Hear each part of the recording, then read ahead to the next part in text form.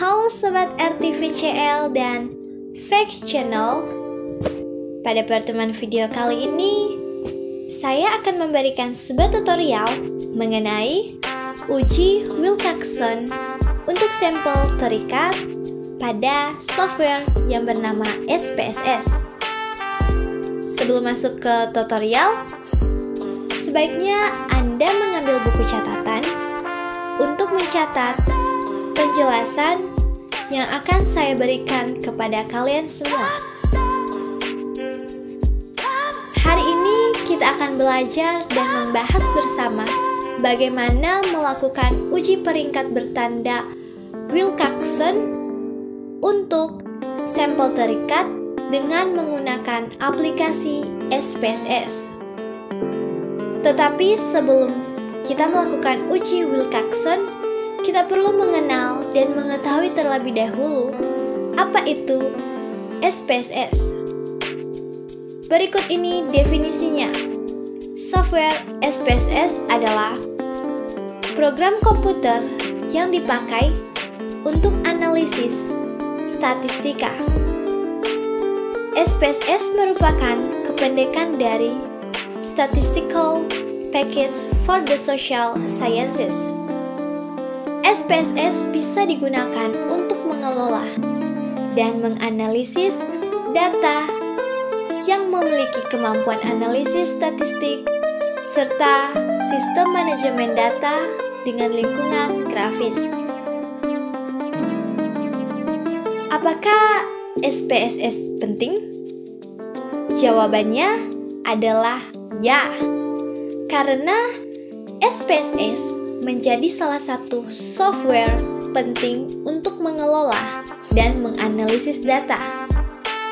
Kelebihan dari SPSS adalah mampu mengakses data dari berbagai jenis format yang ada, sehingga data yang sudah tersedia dalam berbagai format dapat digunakan langsung untuk melakukan analisis data.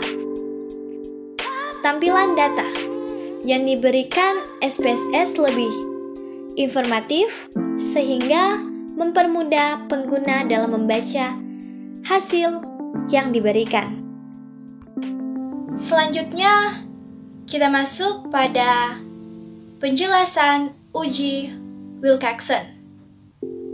Uji Wilcoxon Syntax merupakan uji non-parametris yang digunakan untuk mengukur perbedaan dua kelompok data berpasangan berskala ordinal atau interval. Tetapi data berdistribusi tidak normal. Uji Wilcoxon Syntax identik dengan uji T-paired. Asumsi yang digunakan pada pengujian ini yaitu adanya perbedaan pada dua kelompok data yang diuji. Seringkali signrank digunakan sebagai alternatif untuk t-text ketika data populasi bukan termasuk dalam distribusi normal. Untuk pengujian Wilcoxon Syntax, terdapat syarat-syarat yang harus dipenuhi. Antara lain, 1. Skala untuk variabel dependent haruslah ordinal atau bisa juga rasio.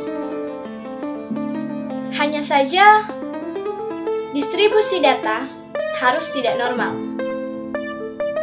Untuk itu, harus dilakukan uji normalitas untuk menentukan apakah pengujian bisa dilakukan dengan signrank atau tidak. 2. Terdapat dua kategori berpasangan untuk variabel independen yang digunakan. Artinya, data data berasal dari subjek individu atau populasi data yang sama. 3. Untuk kedua kelompok data berpasangan ini, bentuk sebaran datanya harus simetris. Dalam uji Wilcoxon, sangatlah penting untuk mengetahui dasar pengambilan keputusannya. Dasar pengambilan keputusan dari uji Wilcoxon. 1. Jika nilai Sm sin 2 tailored kurang dari 0,05, maka HO ditolak dan HA diterima.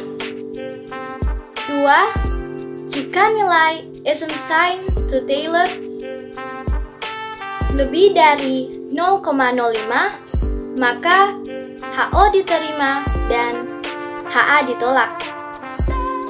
Hipotesisnya adalah ada perbedaan data nilai input industri dan output industri di setiap provinsi, yang artinya ada pengaruh terhadap data industri kecil. Contoh kasus. Pada uji Wilcoxon kali ini, saya akan menggunakan data yang saya ambil dari Badan Pusat Statistik Indonesia, yaitu data ekonomi dan perdagangan untuk mengukur perbedaan dua kelompok data, yaitu data nilai input industri kecil dan nilai output industri kecil di setiap provinsi yang ada di Indonesia.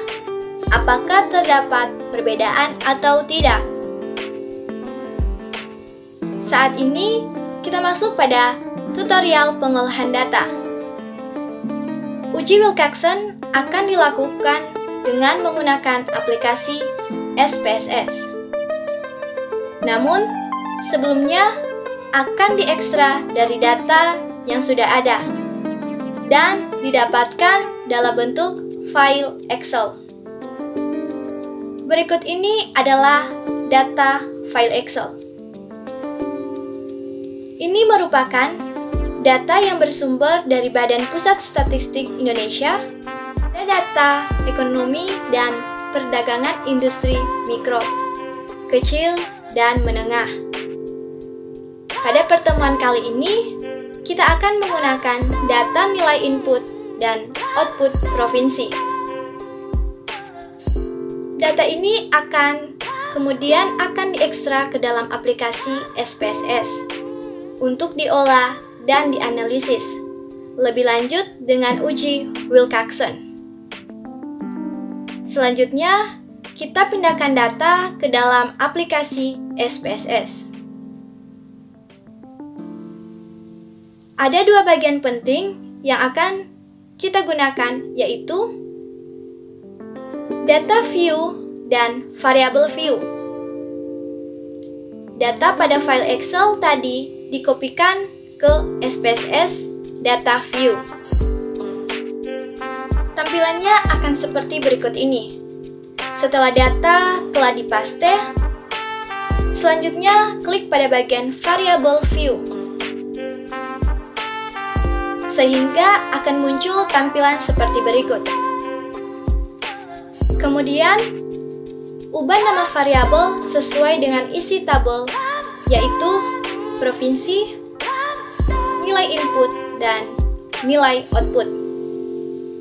Ganti desimalnya menjadi 0, agar tidak ada angka di belakang koma.